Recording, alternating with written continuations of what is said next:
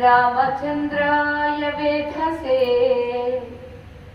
रघुनाथाय नाथाय सीताया पतये नमः। जय श्रीराम अंदरिकी इवाళ హిందువు అన్నవాడు చాలా సంతోషంగా ఆనందంగా గర్వంగా తల ఎగరేసుకుని తిరిగేటటువంటి శుభదినం 22వ తారీఖు జనవరి 2024వ సంవత్సరం.